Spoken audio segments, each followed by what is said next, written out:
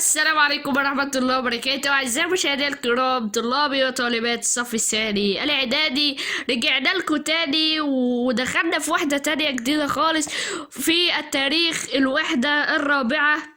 هناخد الدرس الأول اللي هو خلافة أبي بكر الصديق رضي الله عنه، وده من سنة 11 لسنة 13 هجريا.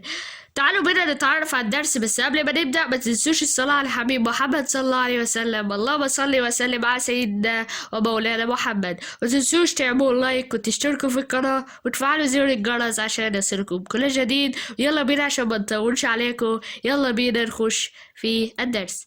أول حاجة بتقول الخلفاء الراشدون. توفي الرسول ولم يختر أحدا يخلفه، وترك الأمر للشورى بين المسلمين، فعرف المسلمون نظام الخلافة. ما المقصود بقى بالشورى؟ إيه هي الشورى؟ الشورى هي نظام اتبعه المسلمون في اختيار الخلفاء الراشدين، ويقوم على الترشيح والانتخاب. وفي كمان تعريف اللي هو ما المقصود بنظام الخلافة. هي شكل من أشكال الحكم أقرها المسلمون بعد وفاة الرسول، ويقوم على اختيار من يتولى أمور المسلمين في الدين والدنيا نيابة عن الرسول. وكل ده فبعد وفاة الرسول صلى الله عليه وسلم تولى الخلافة اللي هو الحكم يعني 4 خلفاء عظام. هم بيبقى عظام. أبو بكر الصديق، وأبو بكر الصديق حكم لمدة 2.5 سنين.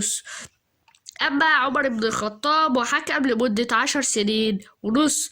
وعثمان بن عفان حكم لمدة 12 سنة. وآخر واحد علي بن أبي طالب وحكم لمدة 5 سنوات. واطلق عليهم الخلفاء الراشدون. لما؟ لأنهم جاءوا بعد الرسول وتولوا أمور المسلمين في دينهم ودنياهم. وكمان ولأنهم صاروا على نهج الرسول واهتدوا بهديه واستكملوا مسيرته في بناء الدولة الإسلامية. وأول حاجة هي حياة أبي بكر الصديق. حياة أبي بكر الصديق قبل الإسلام. حياة أبي بكر الصديق كان بيعمل بالتجارة، فكان تاجرا أمينا ذا مال وفير، وعرف بالصدق والإحسان والإنفاق على الفقراء والمساكين والتواضع والبساطة ولين القلب. كان محبوبا من الناس، مرتفعا من عادات الجاهلية، فلم يشرب الخمر قط، لذلك ارتبط بالرسول. وكان من أهل الرأي والمشورة في قريش، يعني كانوا بيحب ياخدوا رأيه وبيشروه في أهل قريش في قريش. وأما حياته بقى بعد الإسلام، قام الرسول صلى الله عليه وسلم بدعوة أبي بكر الصديق إلى الإسلام، فلم يتردد أبو بكر، ما ترددش، فكان أول من أسلم من الرجال. أبو بكر الصديق أول من أسلم من الرجال، وقدم نفسه وماله وأسرته وكل ما يملك في سبيل الإسلام، ملبرا على ذلك، حيث خرج بين الناس داعيا ومجاهدا حتى أسلم على يده الكثير من صحابة الرسول، واستمر يدعو هو وأصحابه لهذا الدين الجديد حتى أذن الله للرسول بأن يجهر بالدعوة. فقام أبو بكر الصديق في البيت الحرام وخطب في الناس متحملا أذى المشركين واضطهادهم له، فكان أول خطيب في الإسلام. أول خطيب في الإسلام هو أبو بكر الصديق. وأنفق معظم أمواله على فقراء المسلمين، وشارك الرسول في كل غزواته. ولذلك أحبه الرسول وجعله إماما للمسلمين. الرسول جعل أبو بكر الصديق إماما للمسلمين في الصلاة أثناء مرضه، وتوفي الرسول وهو راض عنه. نيجي بقى لدور أبي بكر الصديق في تهدئة المسلمين بعد وفاة الرسول. عايز يهدي المسلمين. أما الرسول مات، ولم يتحمل صحابة الرسول طبعا خبر وفاة النبي صلى الله عليه وسلم، فقال عمر بن الخطاب: من قال إن محمدا قد مات ضربت عنقه. لكن أبا بكر ثبت وصبر وخطب في المسلمين قائلا: من كان يعبد محمدا فإن محمدا قد مات، ومن كان يعبد الله فإن الله حي لا يموت. وبعد هذه الكلمات هدأت نفوس المسلمين وتقبل الجميع أمر وفاة الرسول. وكان في آية بتقول: وما محمد إلا رسول قد خلت من قبله الرسل أفإن مات أو قتل انقلبتم على أعقابكم ومن ينقلب على عقبه فلن يضر الله شيئا وسيجزي الله الشاكرين. دي آية عشان جت في القرآن. سؤال اللي هو رقم 2: خلافة أبي بكر الصديق. رقم 2: خلافة أبي بكر الصديق من 11 ل 13 هجريا. وبعد علم الأنصار بوفاة الرسول صلى الله عليه وسلم حتى دعوا لاجتماع عاجل في سقيفة بني ساعدة. السقيفة اللي هما كانوا بيجتمعوا فيها كانت سقيفة اسمها بني ساعدة لمناقشة أمر المسلمين. ولحق بهم المهاجرون واتفقوا في جو من المودة على أن تكون الخلافة في المهاجرين، ثم بايعوا جميعا أبا بكر خليفة للرسول. وذلك حفاظا طبعا على كيان الدولة الإسلامية. وتم مبايعة أبي بكر، فكانت كانت يعني بيعة خاصة والبيعة العامة. يقول لي قارن بين البيعة الخاصة والبيعة العامة. البيعة الخاصة هي طبعا هي مبايعة الأنصار والمهاجرين اللي هم المجتمعين في سقيفة بني ساعدة بالخلافة لأبي بكر الصديق. أما البيعة العامة هي مبايعة المسلمين أبا بكر الصديق في المسجد بالخلافة. ثم صعد أبو بكر المنبر وخطب في المسلمين موضحا أهم الأسس التي ستسير عليها الدولة الإسلامية في عهده، وهي طبعا التواضع والصدق والمساواة والحث على الجهاد وطاعة الله ورسوله. أسباب اختيار أبي بكر الخلافة. إيه الأسباب اللي هم خلوا يختاروا أبو بكر الخليفة بتاعهم؟ إيه الأسباب؟ أول حاجة هو كان أول من أسلم من الرجال، ودي حاجة طبعا مشرفة جدا. 2: اختار الرسول ليصاحبه في الهجرة. 3: جاهد بنفسه وماله وأولاده من أجل رفعة الإسلام. بيجاهد في كل متاعه، كل المتاع بتاعه كان بيجاهد بيه من أجل رفعة الإسلام. 4: طبعا شارك الرسول في كل غزواته. 5: جعل الرسول إماما للمسلمين في الصلاة أثناء مرضه.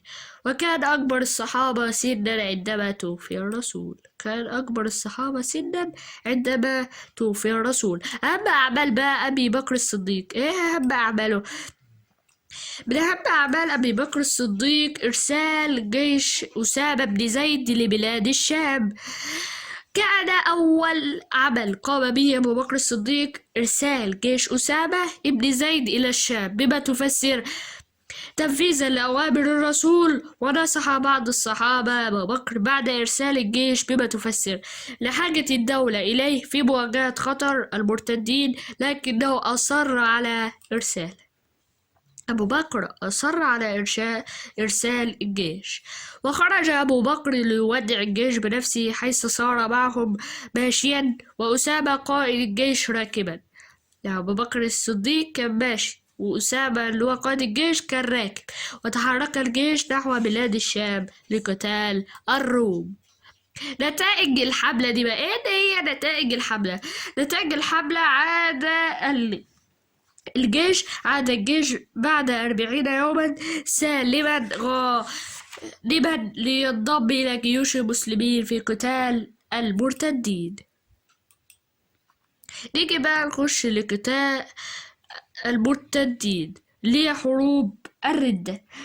قتال المرتدين. تعرضت الدولة الإسلامية لخطر عظيم بعد وفاة الرسول صلى الله عليه وسلم، بما تفسر وقد ارتدت طبعا بعض القبائل عن الإسلام، حيث امتنعت بعض القبائل عن دفع الزكاة، كانوش عايزين يدفعوا الزكاة. وادعى البعض النبوة مثل اللي ادعى النبوة مثل مسيلمة الكذاب، وده ادعى النبوة. وما المقصود بقى بالمرتدين؟ قبائل عربية خرجت من الإسلام بعد وفاة الرسول صلى الله عليه وسلم، ومنهم من ادعى النبوة. ومنهم من ادعى النبوة. موقف أبي بكر من المرتدين. اتخذ أبو بكر موقفا حازما من المرتدين، فأرسل عدة جيوش بقيادة صحابة الرسول صلى الله عليه وسلم لقتالهم. وكما أوصى أبو بكر الجيوش بمراعاة آداب الحروب في الإسلام.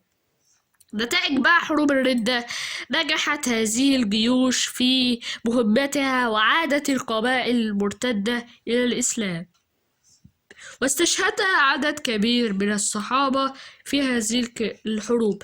استشهد عدد كبير من الصحابة في الحروب اللي هي حروب الردة.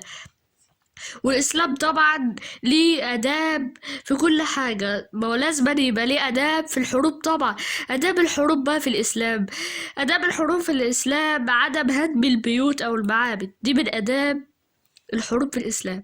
عدم هدم البيوت أو المعابد. 2. عدم حرق الزرع أو قطع النخل. 3. عدم قتل الشيوخ والأطفال والنساء. 4. عدم الإغارة ليلا حتى لا تروع النساء والأطفال. 5. وهي آخر حاجة: عدم التعرض للرهبان المتفرغين للعبادة في الصوامع. 3 بقى جمع القرآن الكريم. جمع القرآن الكريم: أشار عمر بن الخطاب على الخليفة أبي بكر الصديق بجمع القرآن. بما تفسر على ذلك؟ بسبب طبعا استشهاد الكثير من حفظة القرآن في الحروب.